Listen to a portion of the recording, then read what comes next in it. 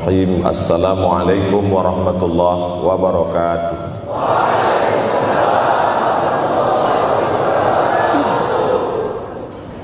Alhamdulillahi wa kafa, wassalatu wassalamu ala al-habibil mustafa wa ala alihi wa ashabihi ahli tuqa wal wafa. Subhanaka la ilma lana illa ma 'allamtana innaka antal alimul hakim. Rabbi shrah li sadri wa yassir li amri wahlul 'uqdatam min lisani yafqahu qawli.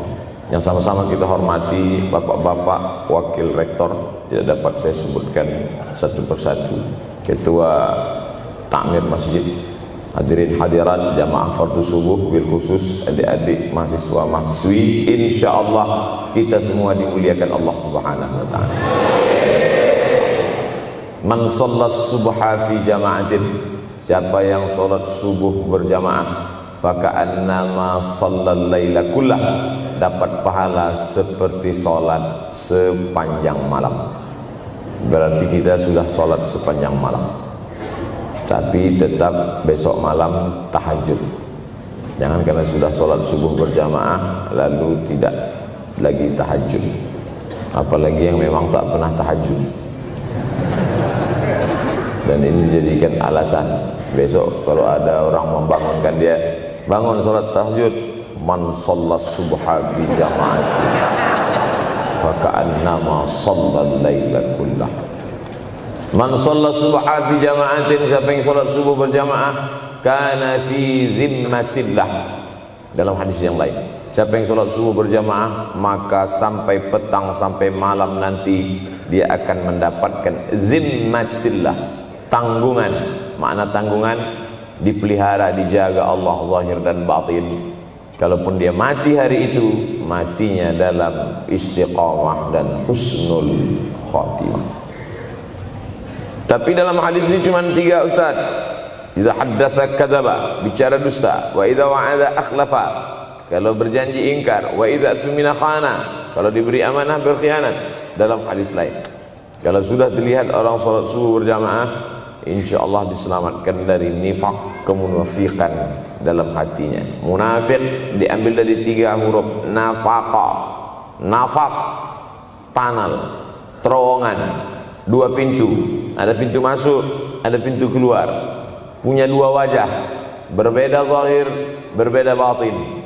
Tapi salah satu tanda adalah pada salat subuh. Mudah-mudahan Allah menyelamatkan kita dari sifat munafik.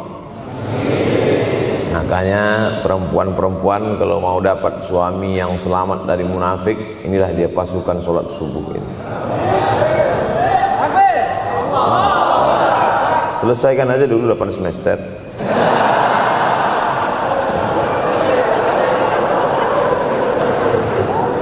Imam Abu Ja'far Al-Barzanji menulis dalam syairnya, walamma tamma min hamlihi, ketika sempurna hamil Aminah, syahrani 2 bulan, ala ashhuril aqwalil marwiyah, menurut riwayat yang masyhur, tufiya bil madinatil munawwarati abuhu Abdullah, meninggallah abuhu, bapaknya, bapak Nabi Muhammad SAW, Abdullah bin Abdul Muttalib bin Hashim bin Abdi Manaf bin Qusay, di kota Al-Madinah Al-Munawwarah. Ketika itu usia Nabi 2 bulan dalam kandungan.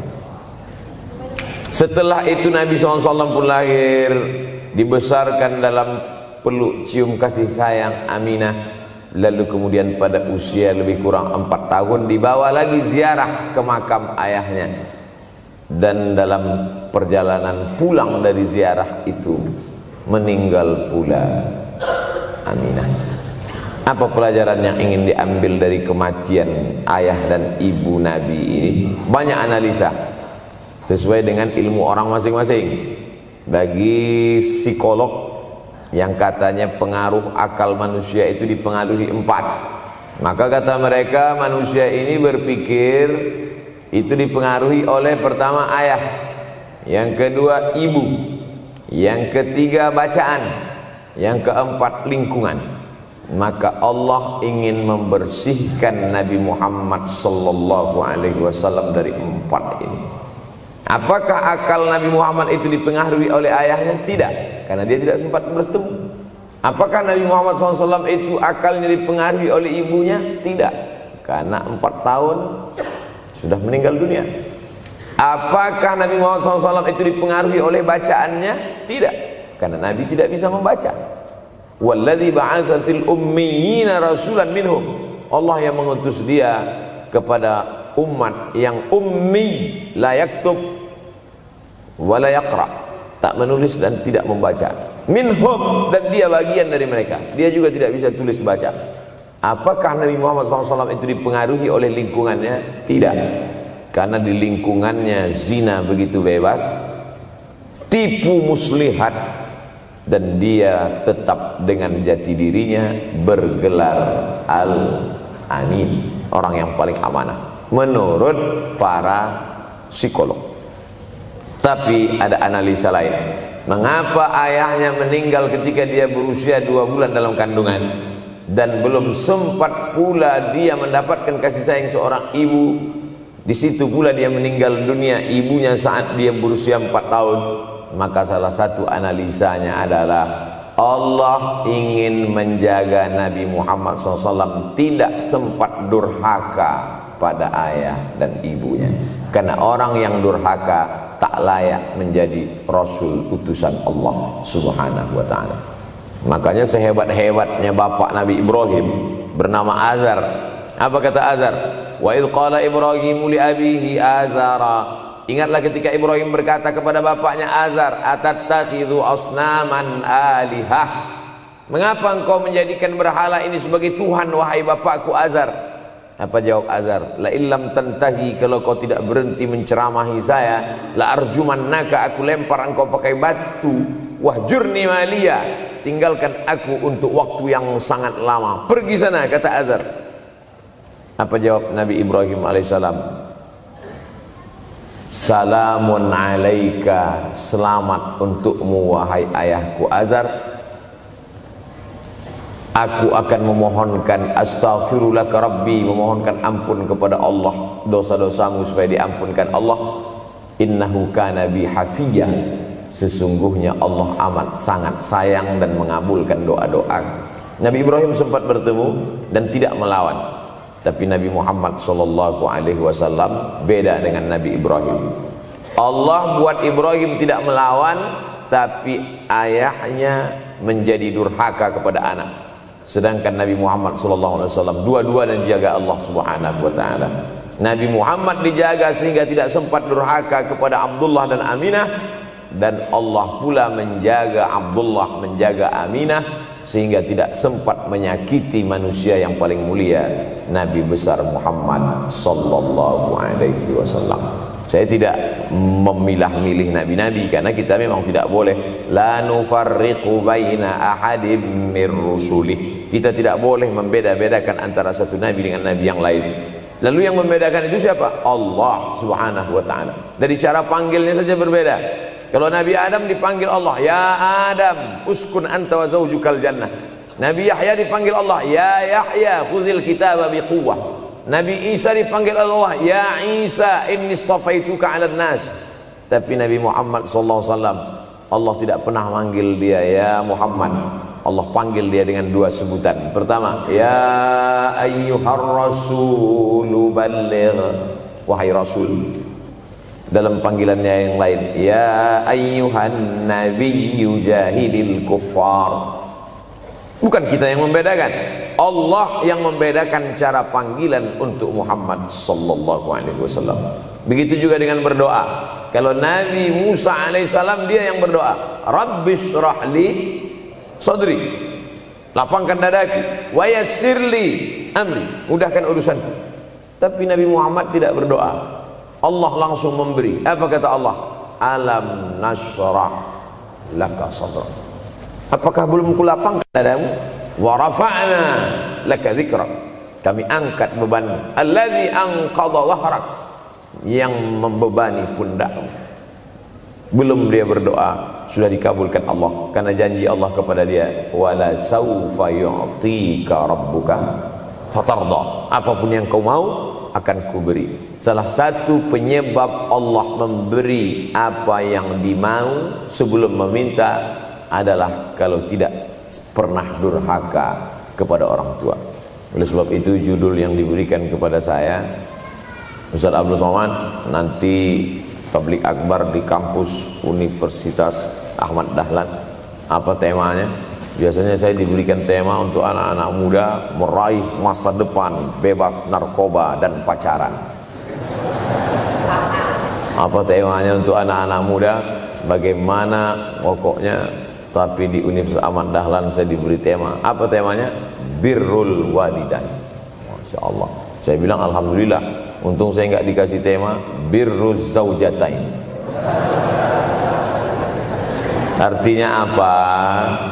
Sehebat apapun prestasi akademikmu, kalau sampai tidak memuliakan orang tua, hampa di hadapan Allah Subhanahu wa ta'ala.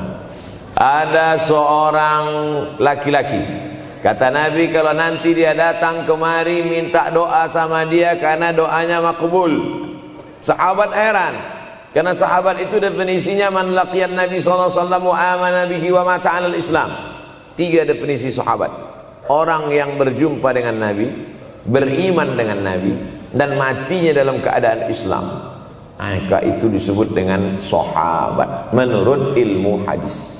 Makanya ketika saya menjelaskan itu ke mahasiswa, Aisyah yang merupakan sahabat Nabi, komplain mahasiswa, mohon maaf Ustaz keliru, Aisyah itu bukan sahabat tapi istrinya. Kita bicara ilmu hadis.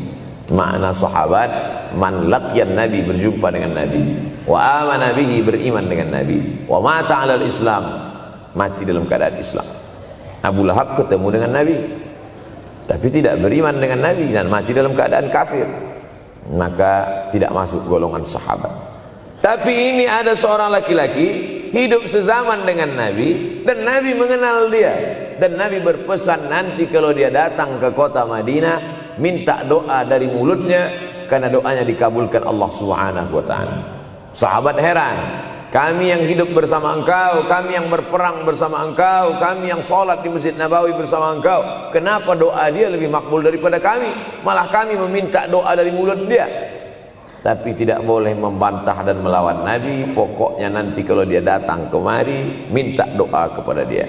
Setelah Nabi Muhammad SAW meninggal dunia, laki-laki itu pun sampai ke kota Madinah, berjumpa dengan sahabat.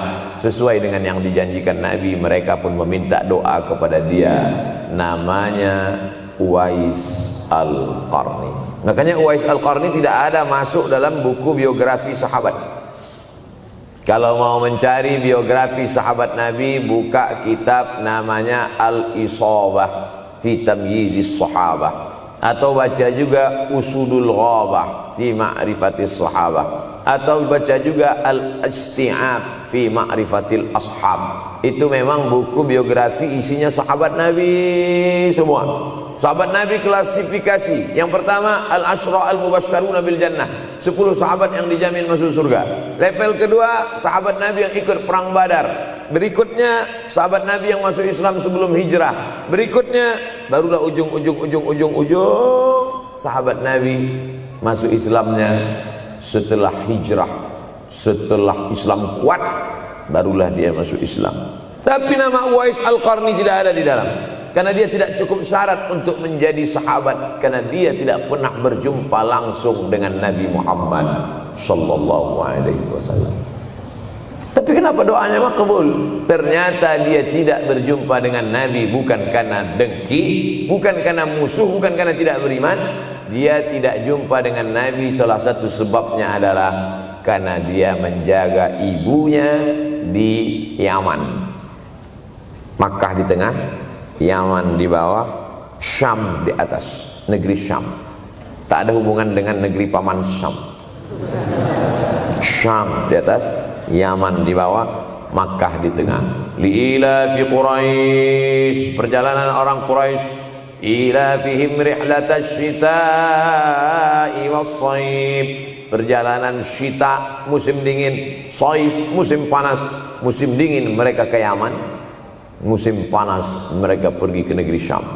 Kenapa dingin ke Yaman? Karena Yaman ini kalau musim dingin tidak terlampau dingin, salju tidak turun. Kalau pergi ke negeri Syam, salju turun. Palestina, Yordania, Suriah, Lebanon. Suriah, Lebanon ada salju. Maka musim panas Nabi pergi ke negeri Syam, karena kalau musim panas di Yaman panas sekali. Sedangkan ke negeri Syam panasnya tidak seberapa. Perjalanan orang Arab Quraisy ini diceritakan Allah, di negeri Yaman itulah tempat kampung Uwais Al-Qarni. Tidak sempat dia berjumpa dengan Nabi, tapi doanya lebih makbul daripada orang-orang yang berada bersama Nabi, karena keutamaan berbakti kepada ibu. Kalau sama ayah boleh ngelawan Pak Ustaz? Enggak juga. Jangan ini nanti dijadikan dalil. Kamu kenapa lawan bapakmu? Ada seorang laki-laki. Ini kadang jamaah pandai motong-motong ceramah saya, hanya untuk mencari pembenaran. Sedangkan kita ngaji ini mau mencari kebenaran. 1000 dalil bagi orang untuk mencari kebenaran, tapi ada 1001 hujjah untuk orang yang suka mencari pembenaran. Nah, jadi kalau saya bicara tentang ibu, sesungguhnya ayah sudah masuk. Karena tanpa ayah kita juga bukan apa-apa dan bukan siapa-siapa. Walaupun jatah ayah sepertiga, sedangkan ibu lebih daripada itu. Man ahaqqun nas bi husni suhbati. Siapa orang yang paling layak mendapatkan baktiku ya Rasulullah? Ummuka. Summa man, siapa lagi? Ummuka. Summa man, siapa lagi? Ummuka. Summa man, abuka. Itu yang menyusun itu Nabi SAW, bukan saya. Itu makanya ibumu, ibumu, ibumu, bapakmu. Kenapa Nabi 3 kali? Kenapa Nabi menyebut laki-laki 1 kali, perempuan 3 kali? Karena ibumu mengandung, ibumu melahirkan, ibumu menyusukan. Siapa yang mau dapat 3 kali? Coba yang 3 ini. Mengandung, melahirkan, menyusukan. 3 ini belum bisa dilakukan oleh laki-laki dimanapun. Adapun merubah wajah sudah bisa. Makanya ada lady boy, wajah lady, betis boy. Tapi untuk mengandung tidak bisa. Ana Rahman, aku ini Rahman, kata Allah. Syaqaqtur rahim wa ja'altu lahu isman min ismi. Aku ciptakan satu makhluk di dalam perut perempuan, maaf, namanya rahim, dari namaku. Ini yang belum bisa dibuat dokter dimanapun di dunia ini, menciptakan rahim, belum bisa. Andai terpecah rekor ini, maka kebanggaan luar biasa bagi LGBT. Tidak bisa, sampai hari kiamat tidak akan bisa, janji Allah. Karena Allah mengatakan dalam hadis qudsi, Ana Rahman ja'altu lahu isman min ismi. Maka ada satu makhluk dalam perut perempuan yang diciptakan, diambil dari Asmaul Husna. Sehebat-hebatnya laki-laki, dari ujung rambut sampai ujung kaki tidak ada di tubuhnya ini yang diambil dari Asmaul Husna, tak ada. Bahwa namanya dari Asmaul Husna ada, Abdus Somad. Tapi ada makhluk di badannya diambil dari Asmaul Husna, itu hanya ada pada perempuan. Oleh sebab itu perempuan luar biasa. Makanya kampus Universitas Ahmad Dahlan memuliakan perempuan. Mana perempuan? Di atas letaknya. Makanya saya tidak terlalu berani mendongak ke atas. Begitu hebatnya perempuan. Perempuan adalah ibumu, perempuan adalah istrimu, perempuan adalah anakmu, perempuan adalah adikmu. Maka saat engkau memuliakan perempuan, engkau sedang memuliakan 4 aspek dari kehidupan. Ketika Nabi Muhammad SAW diutus Allah ke atas muka bumi ini, salah satunya adalah mengajarkan manusia bagaimana menempatkan pada posisinya. Posisi dia adalah tempat kita menumpang. Ketika ada seorang laki-laki yang sudah sukses diwawancarai, siapa orang yang paling berjasa dalam hidup Anda? Dulu waktu saya merantau ke Yogyakarta, belum ada apa-apa, saya sempat numpang di rumah dia selama 4 bulan. Kata seorang artis dalam sebuah wawancara, Begitu bangganya dia berkata, itulah orang paling berjasa kepada saya karena saya sempat numpang di rumahnya 4 bulan. Tapi ada yang dia lupa, bukan rumahnya yang kau tumpang, bukan ruang tamunya yang kau diami, sempat numpang di perutnya 9 bulan 10 hari. Tak pernah kau sebut. Angkat tangan yang tidak menumpang di rahim, langsung dari planet Mars langsung kemari. Enggak ada. Mr. Bean yang kita semua sehebat apapun pernah menumpang di perutnya. Oleh sebab itu makanya dosa yang paling mengerikan adalah kalau ada orang jual sabu-sabu, peminum khamar, di dunianya bahagia, happy, senang. Itu Ustaz, pengedar narkoba, hidupnya aman, adem, ayam, tentram. Di akhirat azabnya baru diberikan Allah Subhanahu wa taala. Ada orang yang pelakor senior tapi hidupnya di dunia senang-senang saja, di akhirat nanti azabnya ditunda. Namanya istidraj. Istidraj diambil dari kata daraja, tertunda. Azab yang tertunda. Sudah jadi judul sinetron. Azab yang tertunda. Tapi ada satu perbuatan dosa yang pasti di dunia dirasakan. Apa itu? Durhaka pada orang tua. Orang yang durhaka pada orang tua, di dunia dia tetap dapat, di akhirat dapat sekali lagi. Itu janji Rasulullah SAW. Lama hidup banyak dirasa, jauh berjalan banyak dilihat, lama jadi ustadz banyak yang curhat. Maka tidak 1 2 itu saya lihat dalam kehidupan. Hebat, rezeki banyak melimpah ruah, tapi jauh dari kebahagiaan. Apa sebab? Janji Rasulullah SAW. Orang yang durhaka pada orang tua di dunia sudah dapat, di akhirat dapat lagi. Dapat. Di mana letak keadilan Allah? Kenapa di dunia sudah dapat, di akhirat dapat lagi? Yang di dunia itu baru DP-nya, di akhirat baru kau rasakan cash. Oleh sebab itu jangan pernah melawan pada orang tua. Jangan pernah melawan.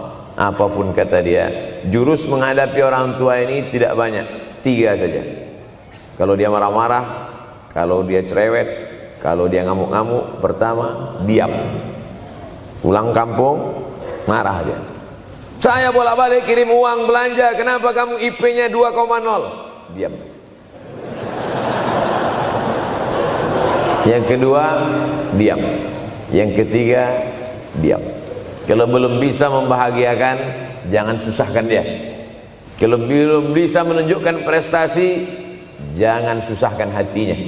Jangan sampai belum ketemu dengan wajah kita pun dia sudah susah hati. Baru nama kita muncul di HP-nya, kumat darah tingginya. Bunyi handphone dia lihat nama kita di situ, langsung berubah detak jantung. Karena ternyata bukan nama kita di situ dia buat. Siapa? Troublemaker. Oleh sebab itu jangan susahkan orang tua. Saya tidak ujuk-ujuk langsung jadi ustadz. Saya sempat jadi mahasiswa terlama di dunia. Saya kuliah di Mesir tahun 1998 sampai 2002. 4 September 1998 menginjakkan kaki di Kairo. November pulang tahun 2002. Tidak pernah sekalipun saya menyusahkan orang tua saya. Tak pernah saya minta uang pada mereka. Sampai almarhumah emak saya bertanya, kau makan apa di sana? Makan nasi, saya bilang. Dari mana dapat uang? Beasiswa saya cukup, Mak. 162 pon. 50 untuk makan, 50 untuk rumah, tinggal 62. 20 dibagi lagi untuk ongkos, 20 untuk buku, 20 disimpan, mana tahu demam sakit gak ada uang. Sampai pulang.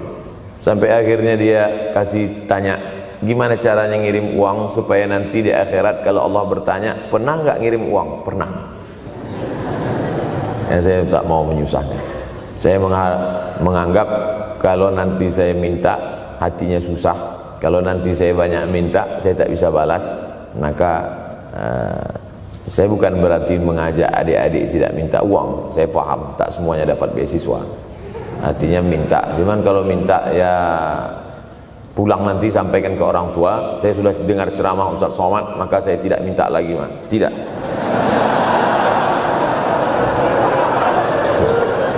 Tapi tolong dirapel setahun sekali aja. Kalau mau merasakan bagaimana sayang mereka, coba hilangkan sayangnya itu agak 1 bulan, 2 bulan, 3 bulan, itu baru terasa. Karena sifat manusia ini kalau sudah tidak ada baru terasa. Judul lagu Roma. Kalau dia masih ada di depan mata kita, masih dekat dengan kita, kita merasa dia biasa-biasa saja. Tapi kalau dia sudah tidak lagi ada, itu barulah.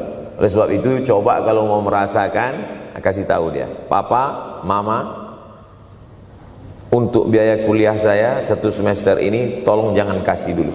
Saya mau jual koran dulu. Saya mau kerja di Dorsmir dulu. Saya mau kerja loper dulu. Saya mau susah-susah dulu. Seketika saat kita tahu susahnya itu, tetes peluh keringat, air mata, di situ loh baru kita tahu, oh ternyata perjuangan mereka ini luar biasa. Saya tidak bicara ceramah saja, tapi dalam kehidupan saya pribadi dulu saya laksanakan, saya pernah buat, saya pernah kerjakan. Tapi tidak saya rencanakan itu, saya harus begini, tidak. Memang bagian dari takdir hidup. Mungkin tidak minta uang itu karena jauh ke Mesir.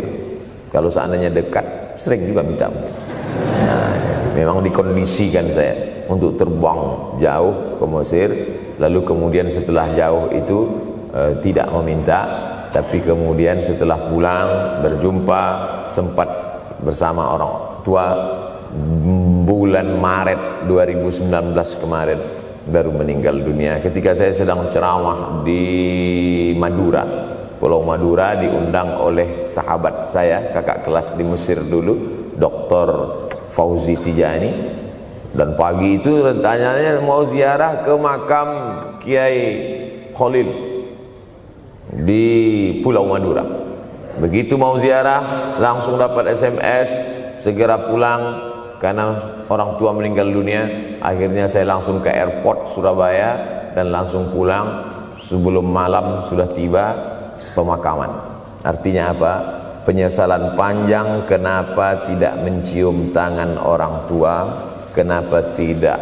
Karena saya pikir masih lama ya. Nah, ini satu kekeliruan. Di mana-mana selalu saya sampaikan, jangan pernah berpikir usianya masih lama walaupun dia sehat.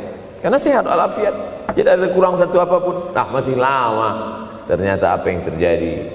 Berangkat hari Sabtu, hari Ahad tausiah, hari Senin pagi, tanpa sebab, tanpa penyakit. Oleh sebab itu kalau masih hidup orang tuamu di rumah, pulang. Tapi jangan ini jadikan alasan. Besok enggak masuk kelas, kemana? Pulang semua.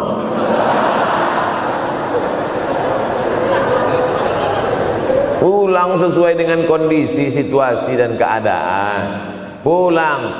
Kalau masih bisa membahagiakan dia apa makanan kesukaannya, belikan. Suka makan apa dia? Belikan. Itu yang dia inginkan. Andai kita gendong dia dari Yogyakarta berangkat ke kota Makkah, sampai di Makkah tawaf 7 putaran, dari Safa ke Marwah, pulang lagi ke Jogja, belum tentu dapat membayar sekali teriakan dia saat mengeluarkan kita ke alam dunia. Jadi banyak orang terlalu membanggakan. Saya sudah banggakan dia Pak Ustaz, saya sudah bayarkan ONH-nya. Berapa? Baru DP-nya. Sudah merasa berbakti kepada orang tua? Belum. Makanya digunakan kata birrul walidain. Kenapa Allah tidak menggunakan kata husnul walidain? Hasan baik, jayyid baik, thayyib baik, khair baik. Tapi yang dipakai birrul walidain. Hanya satu-satunya kata untuk orang tua dipakai birrul walidain. Karena kata birru adalah sifat Allah Subhanahu wa taala. Makanya di antara Asmaul Husna ada Al-Barrut Tawwab. Allah yang punya sifat itu. Maka kita diharapkan berakhlak seperti akhlak Allah Subhanahu wa taala. Addabani Rabbi fa ahsana ta'dili. Allah mendidik aku menjadi beradab sehingga adabku penuh. Allah Subhanahu wa taala tidak ada puji Nabi Muhammad SAW. Hai Muhammad yang salat tahajudnya sampai kakinya bengkak. Hai Muhammad yang hajinya tidak ada. Apa kata pujian Allah untuk Nabi Muhammad SAW? Wa innaka la'ala khuluqin azim. Akhlak agung dan mulia. Oleh sebab itu tak ada gunanya prestasi S1, S2, S3, postdoktoral, profesor kalau tidak berbakti kepada orang tua. Makanya orang tua itu levelnya langsung setelah Allah. Wa qadha rabbuka alla ta'budu illa iyyah. Langsung wa bil walidaini ihsana. Ihsan. Lihat lagi penggunaan kata ihsan dalam hadis Nabi. Jibril alaihissalam datang, rambutnya tidak berdebu, bajunya sangat putih bersih, tapi tidak ada orang yang kenal. Diriwayatkan oleh Sayyidina Umar ibn al-Khattab radhiyallahu anhu, aku melihat ada seorang laki-laki rambutnya sangat hitam dan bajunya sangat putih, tapi kami tidak ada yang kenal. Ini tiga indikasi ini menunjukkan kebingungan. Kalau ada orang rambutnya sangat hitam dan kita kenal, berarti dia memang orang situ, memang tinggalnya di situ. Tapi dia kalau orang perantau, rambutnya pasti berdebu karena tinggal di gurun pasir. Sekarang kan banyak tuh anak-anak muda yang rambutnya berdebu. Itu berarti orang jauh, bukan orang Jogja. Bajunya sangat putih, tapi kami tidak kenal. Kalau bajunya agak-agak kotor, berarti dia musafir. Pantas kalau kita tidak kenal. Tapi bajunya sangat putih, berarti dia memang orang situ. Tapi kami tidak kenal. Kata Umar bin Khattab, rambutnya sangat hitam, bajunya sangat putih, tapi kami tidak kenal. Dan dia duduk berhadapan dengan Nabi, lututnya dekat dengan lutut Nabi, tapi kami tidak kenal. Dia bertanya tentang iman, dia bertanya tentang Islam, dia bertanya tentang ihsan.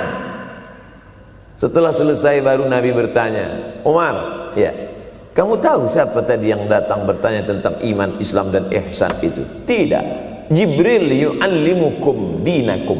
Tadi yang datang itu adalah Jibril alaihissalam. Orang selevel Umar bin Khattab tidak kenal Jibril. Ada orang Indonesia baru ketemu Jibril.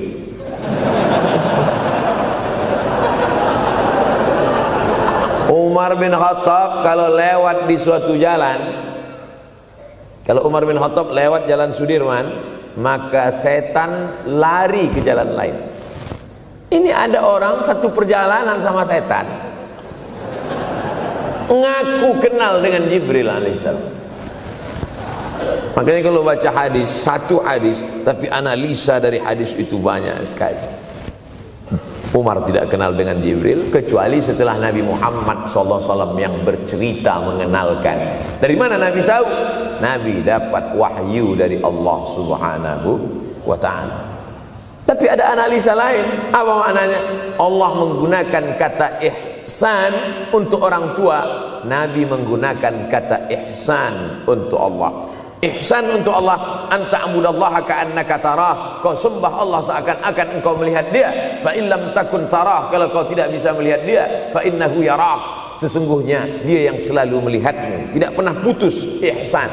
Ihsan Allah kepada kita, tidak pernah putus pengawasan Allah. Bagaimana ihsan kita kepada orang tua? Tak pernah putus bakti walaupun dia sudah meninggal dunia.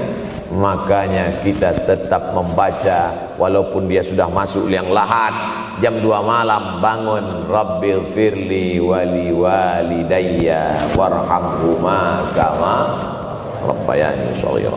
Ada seorang sahabat Nabi namanya Sa'ad. Sa'ad sudah jadi bahasa Indonesia. Banyak juga orang Indonesia laki-laki sifat Sa'ad. Orangnya Sa'id, artinya bahagia. Sa'adah, kebahagiaan. Jenenge sapa? Sangadah. Itu dari bahasa Arab. Sa'adatun, bahagia. Datanglah seorang laki-laki bernama Sa'ad menjumpai Nabi sallallahu alaihi wasallam. Ya Rasulullah, wahai Rasulullah, ummi matat, ibu saya sudah meninggal dunia. Afa atasaddaqu anha, kalau saya bersedekah kira-kira pahalanya sampai apa tidak untuk almarhumah ibu saya?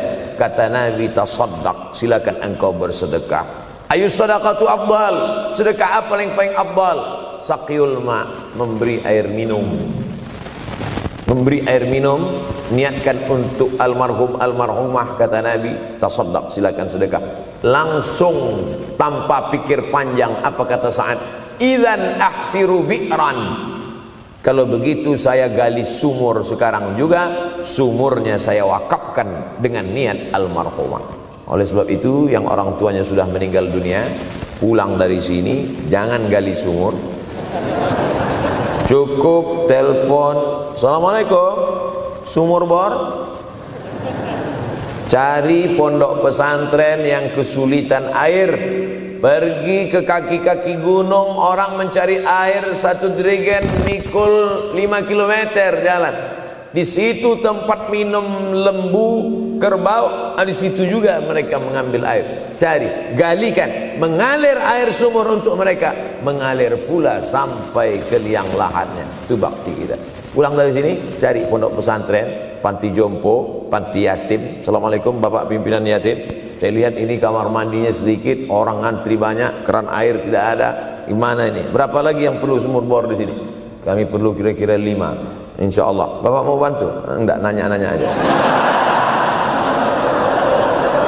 Nih, ini akan menolong di hadapan Allah Subhanahu wa ta'ala. Tapi kalau dia masih hidup, masih ada, senangkan hatinya. Pulang dari Universitas Ahmad Dahlan Yogyakarta dengan membawa selembar kertas. Apa itu? Transkrip nilai semester ini IP 4. Siapa yang tidak bangga? Bangga orang tua. Saya pulang dari Mesir, saya bawa ijazah LC. Satu lagi ijazah dari Maroko, MA. Ini mak, ijazah LC MA. Saya tidak lihat dia nampaknya tak bahagia. Karena dia dulu waktu saya kecil nyuruh saya, kamu mesti doktorandus. Itulah cita-cita ya dia yang tidak sampai. Saya mesti doktorandus. Di mana mau mencari titel doktorandus sekarang? LCMA. Saya bilang, mak, ini LCMA ini lebih hebat dari doktorandus. Artinya apa? Bahwa menyenangkan hati orang tua itu ketika hati dia terbuka, bahagia, disitulah pintu-pintu rezeki itu terbuka. Turun barokah-barokah itu. Buah kalau matang itu dijolok, jatuh. Dan menjatuhkan rahmat Allah itu, membuka pintu-pintu langit, mengetuk pintu-pintu rahmat dan ridha Allah dengan ridha orang tua. Makanya kata Nabi, ridha Allah fi ridhal walidain. Kalau Allah ridha, maka semua yang kau mau dia berikan. Orang kalau sudah ridha itu artinya senang. Orang kalau sudah senang, semua dia kasih. Apa yang ada di tangannya, itu dia berikan. Tadi malam sampai di hotel, datang seorang jamaah, buka cincinnya. Cincin paling dia sayang, dia kasih ke saya. Laki-laki. Nah nih Ustaz Somad, ambil. Duduk saya tadi, duduk. Datang anak muda, dia lihat saya tak pakai sorban, dikasihnya sorban. Cuman akadnya belum jelas apa ngasih atau pinjam, Allah. Orang kalau sudah senang hatinya, semua dia kasih. Begitulah orang kalau sudah dapat ridha Allah Subhanahu wa ta'ala. Kita baru berharap dapat ridha Allah. Makanya habis salat subuh selalu diajarkan, raditu billahi Rabba, aku ridha engkau sebagai Rabbku ya Allah. Apakah Allah ridha terhadap kita? STJ, status tak jelas. Cara mendapatkan ridha Allah, pancing dengan ridha orang tua. Senangkan hatinya, terbuka pintu rezeki. Makanya sulit hidup kita, sempit. Dari kerut kening kita udah kelihatan. Kenapa? Karena tidak ada ridha Allah akibat tidak pernah menyenangkan hati orang tua. Senangkan orang tuamu, jadikan dia seperti raja, maka rezekimu akan melimpah seperti rezeki raja-raja. Bukan hadis Nabi, dapat saya dari grup WhatsApp. Senangkan saja hatinya, apa yang dia mau beri, tapi dengan cara yang halal. Nah, ini harus dalam kurung syarat dan ketentuan berlaku.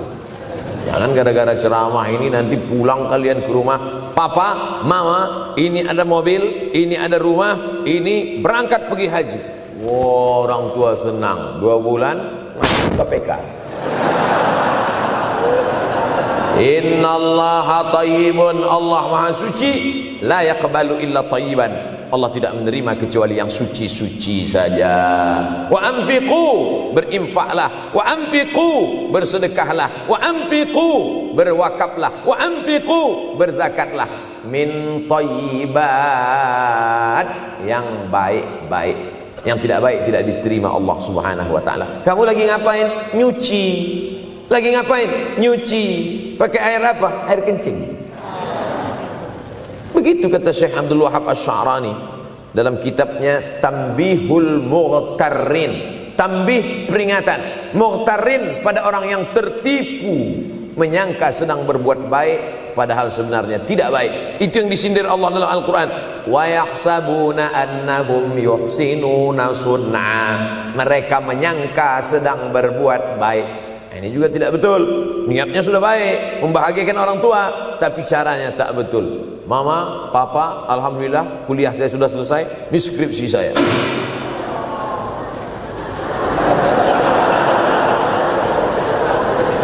Masya Allah. Bayangkan kalau kiamat tiba-tiba terjadi. Begitulah agaknya terkejutnya kita. Kiamat terjadi tapi belum sempat berbakti kepada orang tua. Dosa belum sempat meminta maaf. Silap dan salah, berapa kali kita kencing di kainnya yang bersih. Berapa kali dia tidak jadi tahajud gara-gara kita menangis dari Isya sampai subuh. Pakai pengawet nangisnya. Tapi kita tak pernah sadar itu. Kita menganggap kita di dunia ini dibesarkan angin. Kita menganggap kita ini bangsawan, bangsa yang hidup di awan. Berapa kali dia tidak jadi sholat duha gara-gara kita kencing. Berapa kali nasi yang sudah mau disuap masuk ke mulutnya tak jadi. Bahkan dia tidak makan sama sekali. Dan berapa kali makanan dia belikan hanya untuk susu, hanya untuk menyenangkan kita. Pernah kita balas. Dan dia tidak pernah minta balas itu. Oleh sebab itu, siapa yang mengingatkan? Abdul Somad diberikan judul berat ini. Judul yang paling berat ceramah tentang orang tua, tentang ibu, tentang ayah. Jarang saya mau menerima judul-judul pengajian. Ini pun dikasih tahu setelah sampai di sini. Maka saya belok-belokkan dikit. Air mata udah mau menetes, belokkan. Nanti kalau saya nangis di sini, siapa yang ceramah kalau saya nangis? Oleh sebab itu maka yang orang tuanya masih ada, beruntung dan bertua, bawakan dia rumah makan. Ada sahabat saya namanya Ustadz Lukman di Pontianak. Pontianak, bukan Kuntilanak. Mereka punya program namanya Bawa Ibu ke Rumah Makan. Keren nama programnya. Bawa orang tua ke rumah makan. Nanti hari libur adik-adik anak-anakku sekalian libur, bawa ayah, bawa ibu ke rumah makan. Ketika Ustaz Lukman cerita itu ke saya, Ustaz Somad, kita punya program baru nih. Apa nama programnya Ustaz? Bawa ibu ke rumah makan. Alhamdulillah Ustaz Lukman, seluruh rumah makan di Pekanbaru tempat tinggal saya itu semua sudah saya bawa. Emak almarhumah saya bawa sup tunjang, saya bawa rendang, saya bawa goreng ayam, saya bawa goreng puyuh, saya bawa. Cuman ada rumah makan ular sawah itu yang tak saya bawa singgah. Lain dari itu sudah saya bawa. Tak ada penyesalan dalam hati. senangkan hatinya. Apa pakaian yang dia suka? Orang tua itu tidak minta yang besar, asal ada saja. Pulang dari Yogyakarta sampai ke rumah, ini tadi ada nampak sedikit tanda terkenang, kalau banyak makan sendiri. Ketika dia senang melihat itu, bahagia hatinya, nampak senyum di tepi bibirnya, pada saat itulah rahmat Allah terbuka. Pada saat itulah ridha Allah datang. Mengapa sulit mencari pekerjaan? Mengapa payah mencari penghidupan? Salah satu yang mempersempit ridha Allah itu adalah karena tidak berbakti kepada orang tua.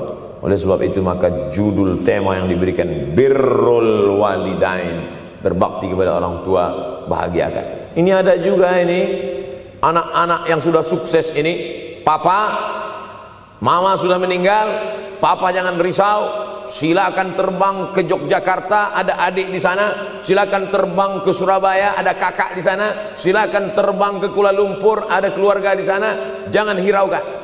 Kata bapaknya, kalian terbangku saja kalian pikirkan, kemana aku hinggap tak kalian pikirkan. Ada sebagian orang ketika ibunya meninggal dunia, marah dia, mengamuk dia anggap kebahagiaan itu sudah hilang, padahal membahagiakan orang tua dua-dua adalah tanggung jawab kita. Kalau dua-duanya sudah tidak ada Pak Ustadz, masih ada keluarga. Ada keluarga. Al-khalah bimasabatil saudara ibu, kakak ibu, adik ibu sama seperti ibu. Sambung lagi silaturahim, buat dia senang, buat dia bahagia. Man ahabba yubsatalahu fi rizqihi, siapa yang mau lapang rezekinya, wa yunsa'alahu fi asarihi, dipanjangkan umurnya, falyasil rahimahu, hendaklah dia menyambung tali silaturahim. Saya ceramah di satu kota. Sampai di kota itu saya melihat rumah besar, megah, mewah, seperti istana. Cuman saya segan mau nanya, nggak mungkin saya tanya, Pak, ini hasil dari apa? Saya tengok, saya ngangguk. Kawan-kawan saya yang ikut di situ seperti ngelihat kucing semuanya. Mantap. Setelah dulu makan, habis makan minum, habis itu Sohibul Bait yang punya rumah pun cerita, Ustadz Abdul Somad, iya Pak. Dulu ini hanya bambu-bambu yang dikasih daun, yang dikasih terpal. Tempat apa Pak? Tempat ibu saya buat pengajian. Setiap tahun dibuat begitu. Pasang tiang-tiang kayu, pasang terpal, daun-daun, pengajian ramai. Sampai akhirnya saya berkata, Bu, pengajian kita hentikan saja, stop. Saya tidak sanggup lagi pasang tenda, pasang terpal ini. Tapi akhirnya apa kata ibu saya? Nanti setelah saya tidak ada, pengajian ini terus kamu buat. Allah bukakan pintu rezeki Ustaz Somad. Inilah yang terjadi sekarang. Saya belikan orang tua saya itu rantai, saya belikan gelang, saya belikan cincin. Bulan depan saya datang, sudah nggak ada lagi. Mana gelangnya Mak? Nggak ada. Mana rantainya Mak? Nggak ada. Mana cincinnya? Nggak ada. Kemana? Itu kan emas mahal. Sudah saya jual. Untuk apa? Untuk bersedekah ke fakir miskin. Rupanya gelangnya, rantainya itu habis dia berikan sedekah fakir miskin. Tobatkah si bapak untuk berbakti? Tidak. Bulan depan dia belikan lagi. Sampai akhirnya diberikan Allah balasan melimpah ruah. Ternyata ini rahasia dari keberhasilan hidup, karena menyenangkan hati orang tua. Saya tak sebut nama, saya tak sebut lokasi, tapi yang mau berkunjung nanti saya kasih lokasi tepatnya. Saya kasihkan nanti alamat dari Google, saya kasih. Supaya melihat secara nyata, kalaulah rezeki itu hanya diberikan kepada orang yang bersungguh-sungguh, pergi pagi pulang petang, peras keringat, banting tulang, maka tentu yang kaya itu adalah sapi yang membajak dari pagi sampai sore. Kalaulah kekayaan, keberhasilan itu diberikan yang paling pandai memanjat, maka tentu yang kaya itu monyet. Tapi Allah berikan kepada siapa yang dia ridhai. Dan penyebab ridha Allah itu adalah karena orang tua yang senang hatinya. Yang sempat durhaka, tidak sempat minta maaf, meninggal dunia dia sudah, apa boleh buat? Kau sudah booking seat di neraka. Yang sudah sempat durhaka, tidak sempat minta maaf, meninggal dunia gara-gara dia pecandu narkoba, pemabuk, pezina, mati. Orang tua dalam keadaan susah. Berapa kali saya ketemu ibu-ibu selesai pengajian, pergi saya ke tempat parkir, ibu tua 70 tahun menangis. Ibu nangis kenapa bu? Anak saya Pak Ustaz. Kenapa dia? Disuruhnya saya jual tanah. Mama jual tanah. Untuk apa mama megang tanah? Udah tua aja pun jual. Mestinya anak itu yang menyenangkan hatinya di hari tuanya, bukan malah menyuruh jual tanahnya. Jual tanah supaya dia bisa bangun rumah, jual tanah supaya dia bisa menyekolahkan anak-anaknya. Na'udzubillah. Sudahlah tidak membahagiakan, malah menyusahkan. Ustaz, anak saya nyuruh saya jual tanah saya supaya dia senang, supaya dia dapat duit. Gimana nih Pak Ustaz? Mungkin si ibu berharap saya menjawab, ibu sabar aja ya bu, sabar ya. Ibu salah tanya bu. Kalau mau sabar cari ustadz lain, ada spesialis sabar, bukan saya. Begitu dia kasih tahu, anak saya maksa saya jual tanah saya, Pak Ustadz gimana? Mana alamat rumah anaknya? Mana? Saya mau datang. Mana? Anak durhaka, neraka jahanam tempat kau.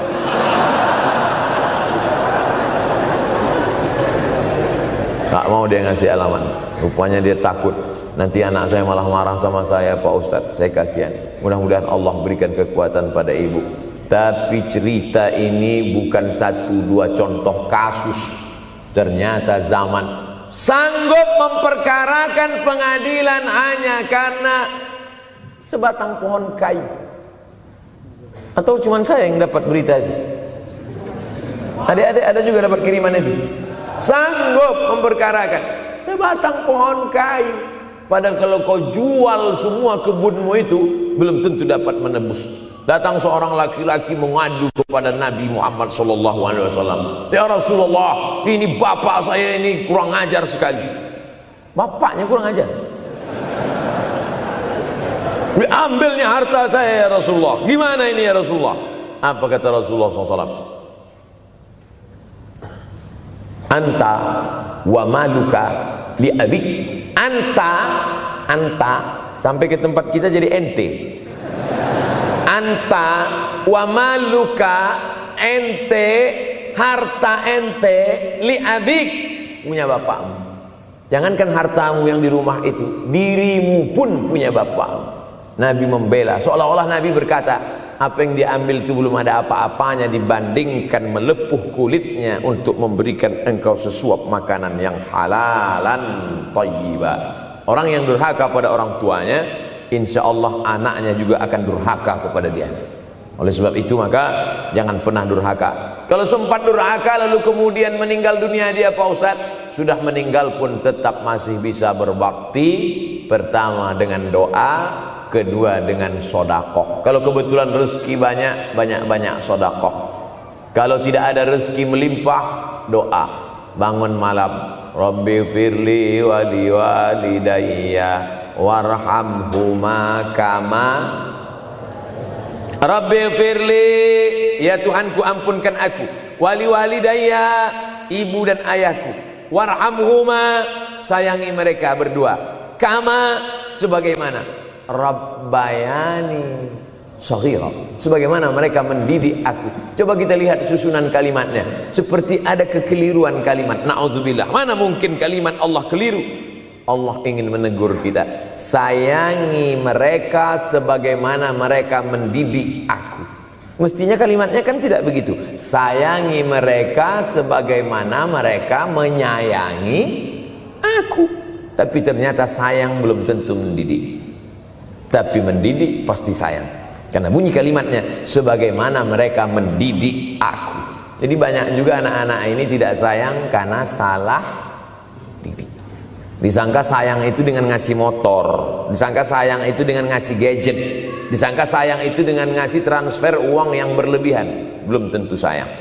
Dulu ada insinyur arsitek yang membangun salah satu rumah keluarga saya.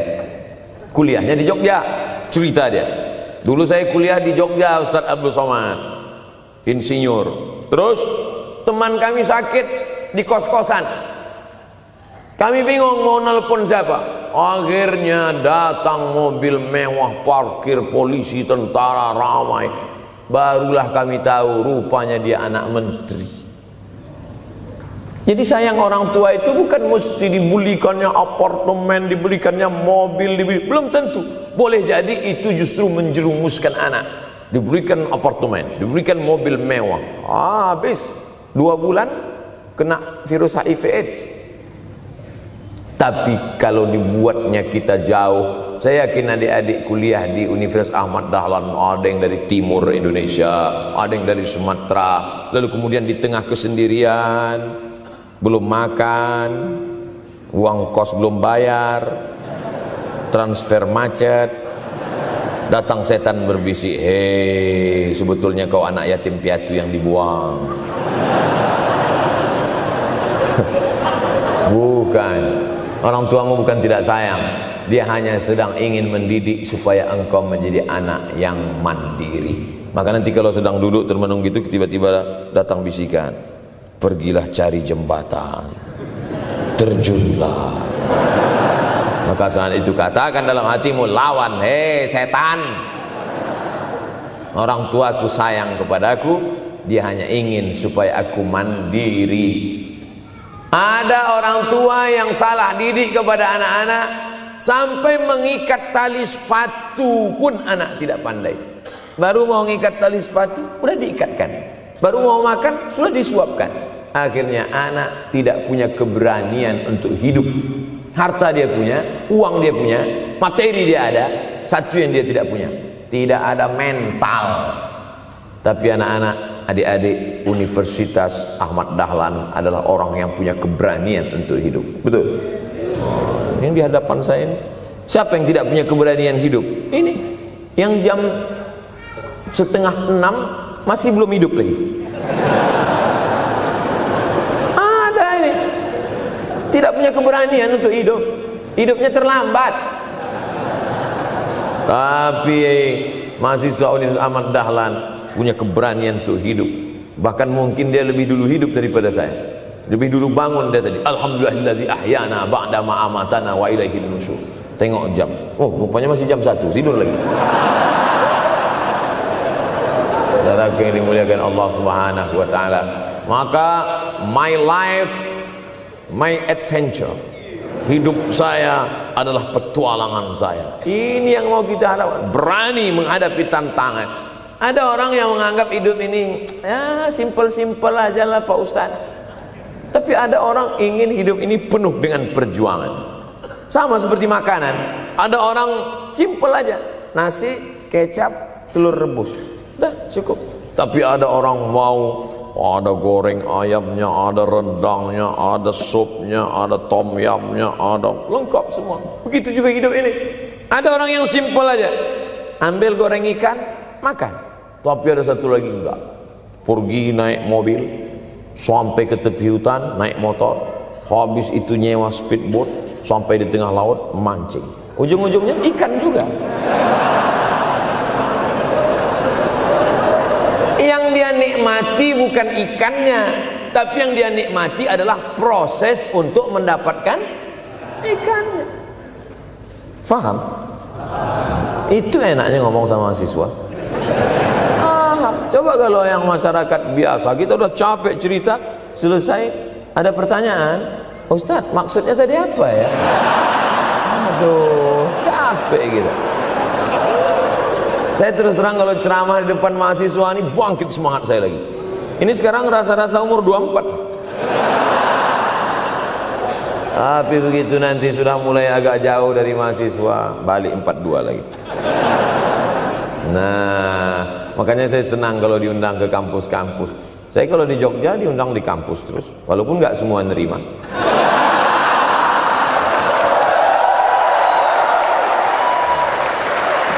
Saudara saudaraku yang dimuliakan Allah Subhanahu wa taala, maka kita harus sering-sering bersama. Apa ini takbir?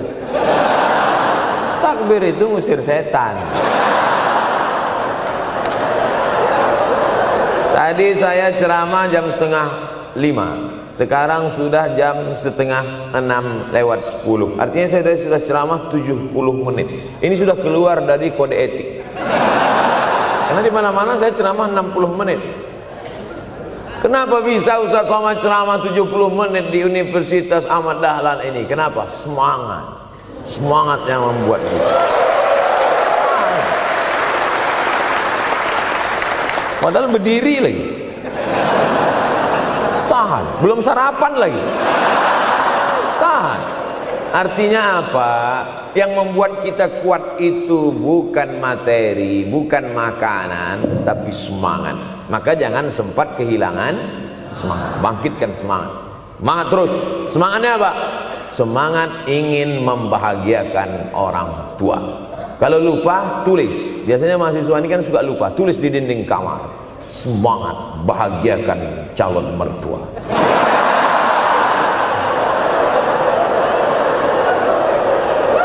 Nanti teman kos-kosan datang ngelihat, loh, kata Ustaz Somad kan orang tua, kenapa ente buat mertua? Sedangkan mertuaku saja kebahagiakan, apalagi orang tua.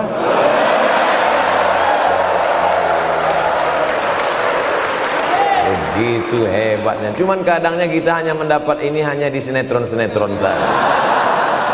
Real nyatanya di mana? Datanglah ke Universitas Ahmad Dahlan. Jadi hidup ini harus ada target yang mau dicapai. Banyak orang targetnya nggak benar. Saya ingin menjadi orang yang punya kepribadian, Pak Ustadz. Rumah pribadi, mobil pribadi. Target bahagiakan orang tua. Gaji pertama kalau kerja nanti umroh.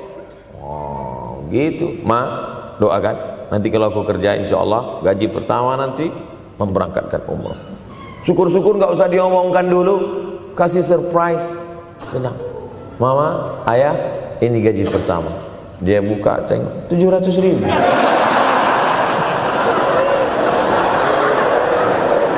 Menangis dia menerima gaji pertama itu, bukan karena harunya sikit. Gitu dia buka amplop, oh kok setitik dong. Haru dia. Kenapa setiap mendapat hadiah dari anak, orang tua selalu meneteskan air mata? Karena kita tidak pernah besar dalam pandangan matanya. Kita sehebat apapun, kita tidak pernah besar di matanya. Di pandangan ibu ayah kita, kita adalah anak kecil yang tapak kakinya 2 jari, panjangnya sejengkal. Maka jangan pernah ceramahi orang tuamu. Jangan mentang-mentang sudah mahasiswa pulang, ayah sini, mama sini, duduk. Assalamualaikum. Bisa.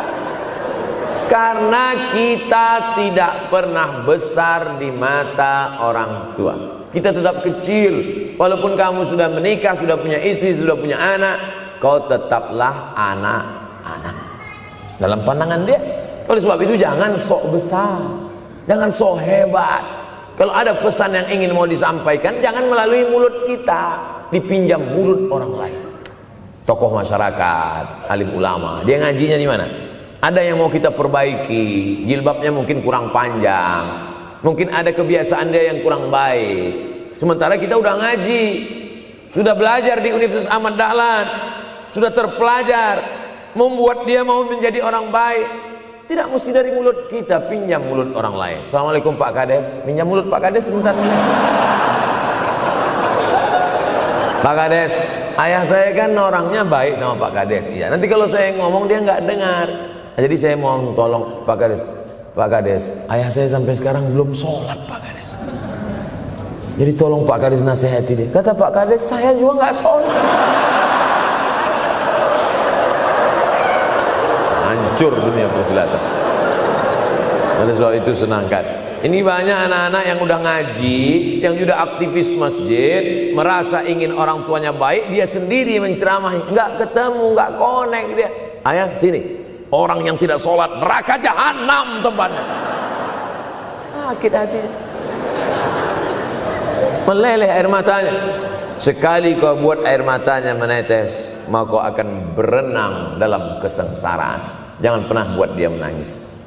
Kalau dia nangis haru Pak Ustaz, nggak apa-apa. Cuman kita kan sulit membedakan mana air mata haru, mana air mata sedih. Sama-sama bentuknya air mata. Makanya ada ungkapan, jangan menangis air mata buaya. Kenapa selalu kalau disebut air mata buaya? Karena memang buaya menangis bukan karena sedih, tapi karena kekenyangan. Buaya kalau habis makan orang, keringat, buaya itu tidak ada pori-porinya. Kita kalau berkeringat kan keluar pori-pori, ini keluar air. Buaya nggak ada. Satu-satunya tempat air keluar, itulah. Makanya menangis buaya, keluar air mata buaya. Maka jangan sampai kita nangis karena kekenyangan. Haru dia melihat pemberian kita. Di saat itu menetes air matanya, berdoa, dia memanjatkan doa, mengetuk pintu-pintu langit, terbuka. Masya Allah. Tembus. Pantasan doa mahasiswa Universitas Ahmad Dahlan kabul, rupanya pintu terbuka.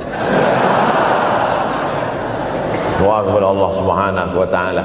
Kadang-kadang kita merasa doa kita yang dikabulkan Allah, kadang-kadang kita merasa sok hebat. Setelah dia meninggal dunia, barulah kita sadar rupanya selama ini kita hanya menumpang doa.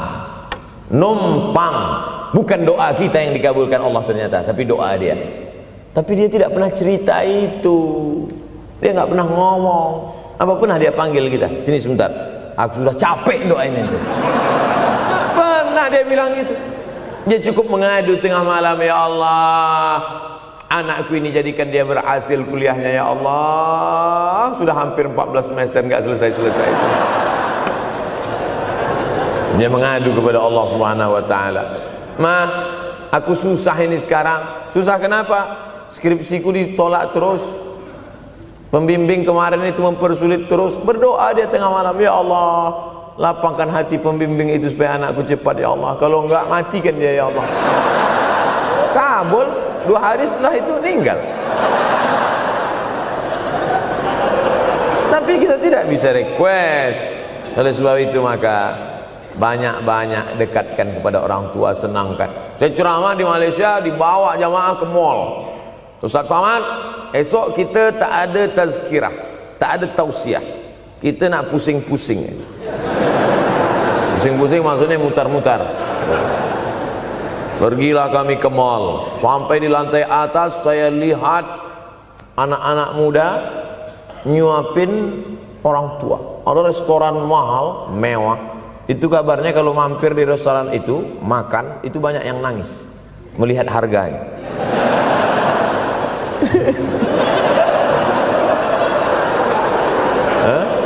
Ada saya lihat anak-anak muda yang ganteng-ganteng, perempuan yang cantik-cantik menyuap orang tua. Orang tua yang sudah tak berambut, sudah perempuan tak berambut lagi, rontok saking tuanya, kulit sudah keriput.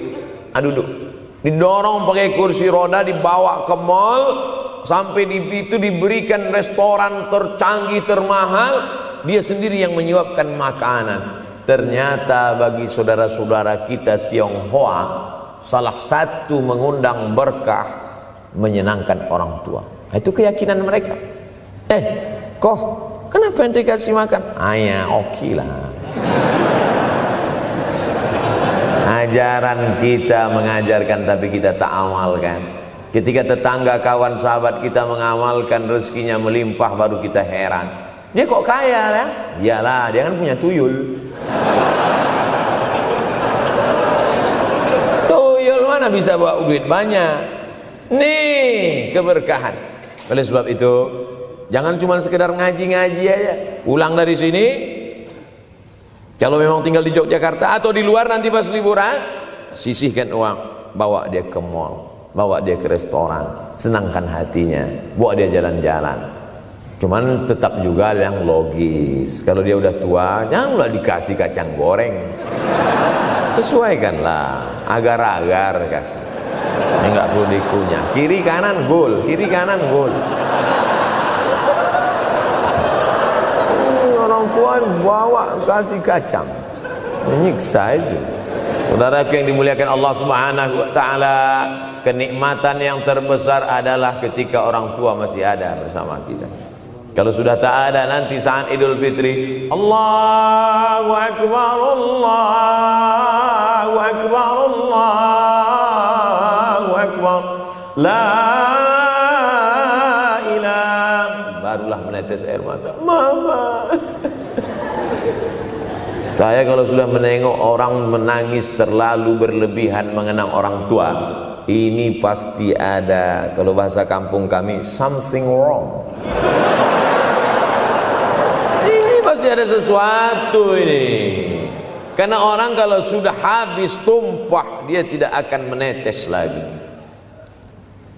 Tumpahkan kasih sayangmu itu sampai habis ludes, dia tidak akan menetes lagi. Tak ada penyesalan, karena semua sudah kita berikan. Kalaupun menangis hanya tetesan kasih sayang. Tapi kalau sampai mencakar dinding, mama, ini pasti. Saya kalau ada orang yang menyesal sampai mencakar dinding, mau saya antukkan aja kepala yang gede. Dulu waktu hidup kenapa enggak waktu? Sekarang udah mati baru kau menangis kan? Senanda. Nah, tapi tentu sesuai kemampuan kita, karena kata Allah, la yukallifullahu nafsan illa usaha. Allah tidak membebani orang lebih dari semestinya. Ustaz ceramah sampai jam berapa ini? Sampai jam 6 insyaallah. Saya mau lengkapkan. Jam kita sama tuh. Oh sama, jam 6. Jam 6 maka saya ceramah 90 menit nanti di Universitas Ahmad Dahlan.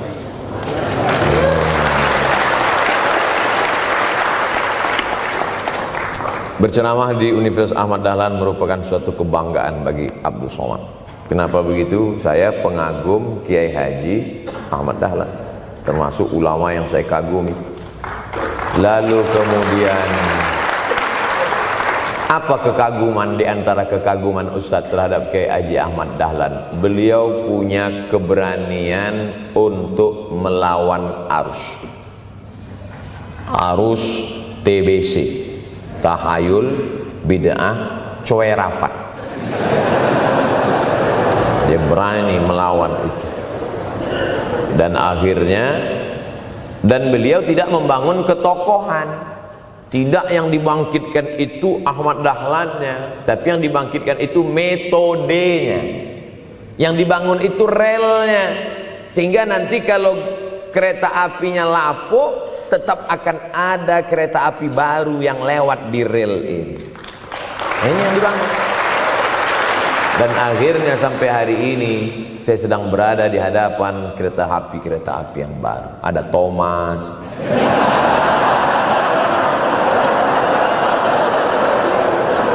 Kok Ustaz tahu Thomas? Anak saya paling suka itu. Satu koper kereta. Artinya apa? Bangun rel, maka akan ada lokomotif baru. Dunia boleh berganti, zaman boleh berubah.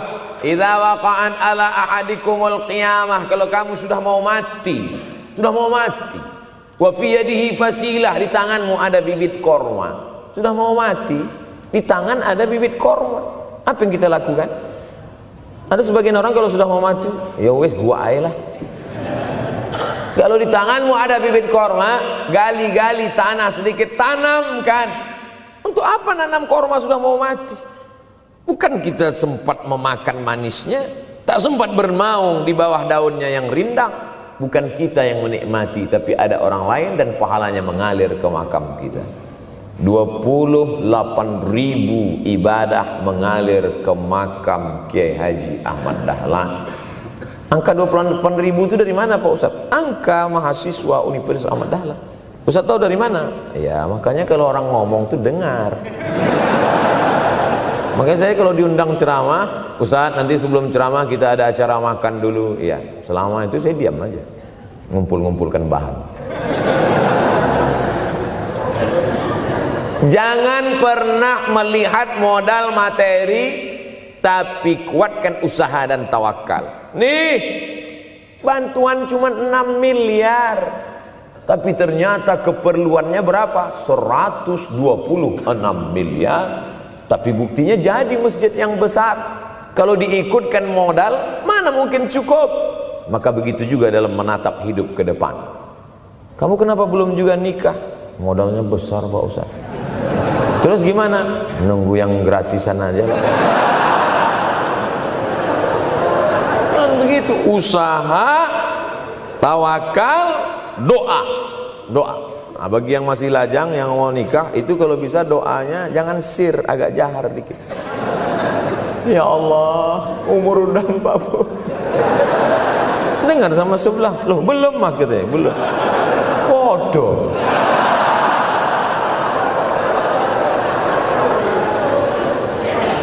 Kira-kira rezeki itu Allah yang ngatur atau kita yang ngatur? Allah. Makanya diantara Asmaul Husna Ar-Razzaq, yang maha memberi rezeki. Kalau Allah yang mengatur, mungkinkah Allah menyia-nyiakan kita? Tidak.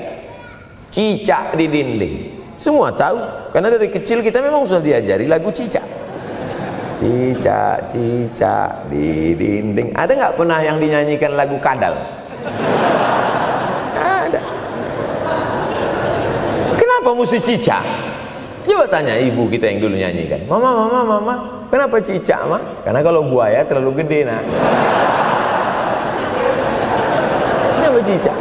Dia sedang mengajarkan kita bagaimana cicak dengan segenap kelemahannya. Cicak itu binatang yang lemah, hidupnya aja sungsang.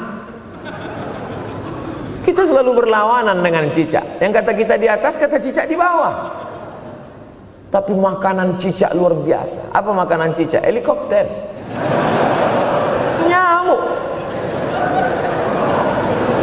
Cicak tidak bisa menggunakan tangannya, karena kalau dia pakai tangannya jatuh. Kadang pakai 4 aja jatuh. Selalu kan kejadian eksiden cicak jatuh. Cicak tidak pernah gunakan tangannya untuk makan, karena dia harus berpegang kuat. Apa yang dia pakai? Lidahnya. Lidahnya dia pakai. Nyamuk yang dia makan. Helikopter. Habis dimakan oleh cicak. Siapa yang paling hebat? Nyamuk. Makanannya darah. Nyamuk masih keluarga Dracula. Tapi Allah SWT mau mengajarkan jangan putus asa, gunakan potensimu, apapun yang terjadi gunakan. Ini sekarang banyak anak-anak muda nih kehilangan semangat. Kalau engkau kehilangan beras masih bisa hidup 3 bulan. Kalau engkau kehilangan air masih bisa hidup 3 hari. Tapi kalau kau kehilangan semangat, kau hanya hidup 3 detik. Tik, tik, tik, mati. Oleh sebab itu jangan sampai kehilangan semangat. Bahasa kitanya putus asa. Sampai dingin tuh lontong. Bukan karena ceramah terlalu lama, bukan. Sampai dingin itu sarapan pagi gara-gara mahasiswa. Ente kenapa? Galau Ustaz. SMS nggak dibalas, telepon nggak diangkat. La ilaha illallah Muhammad Rasulullah. Mahasiswa seganteng ini, sehebat ini, begitu cepat putus asa. Saya aja setua ini, sekurus ini masih banyak yang mau. Lihat tuh komen-komen di Instagram, baca tuh komen-komen di YouTube. Ustadz, jadikan aku yang kedua ya. Masa kalian anak-anak muda gagah perkasa, bangkitkan semangatmu, takbir. Banyak yang belum ketemu jodoh. Saudara yang dimuliakan Allah Subhanahu wa taala, maka bangkitkan semangat. Tapi yang namanya semangat ini tidak bisa bangkit dengan banyak. Kita lihat orang bersemangat, pede di depan orang, pede luar biasa. Dia kok pede sekali? Pakai sandal. Banyak juga yang semangat, pede luar biasa, rupanya pakai jimat. Kita pede kita bukan karena sabu-sabu, bukan karena narkoba. Pede kita karena kita sudah serahkan semuanya pada Allah. Inna sholati wa nusuki wa mahyaya wa mamati lillah. At-tahiyatul mubarakatun sholawatun thayyibatun lillah. Tapi tetap satu. Jangan nanti mentang-mentang udah dengar ceramah saya at-tahiyatul mubarakatun.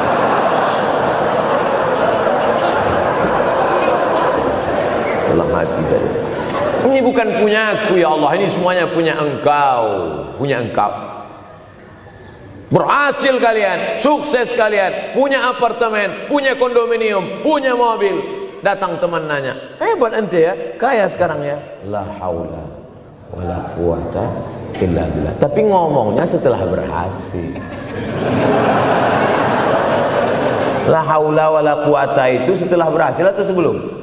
Setelah semua dipuji orang, hebat ente sekarang ya. La haula wala quwwata. Bukan punya saya, punya Allah. Tapi sekarang banyak orang salah. Ente kok enggak kerja? La haula.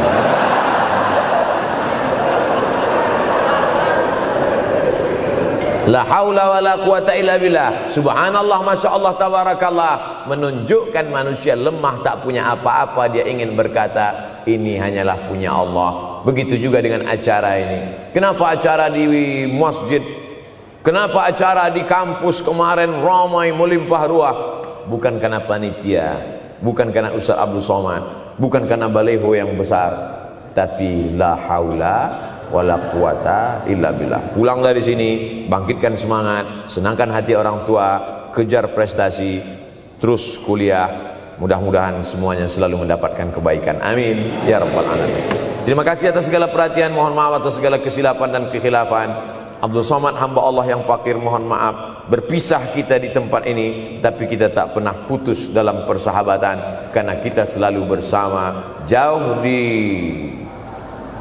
tempat, dekat di doa. Terima kasih. Wassalamualaikum warahmatullahi wabarakatuh.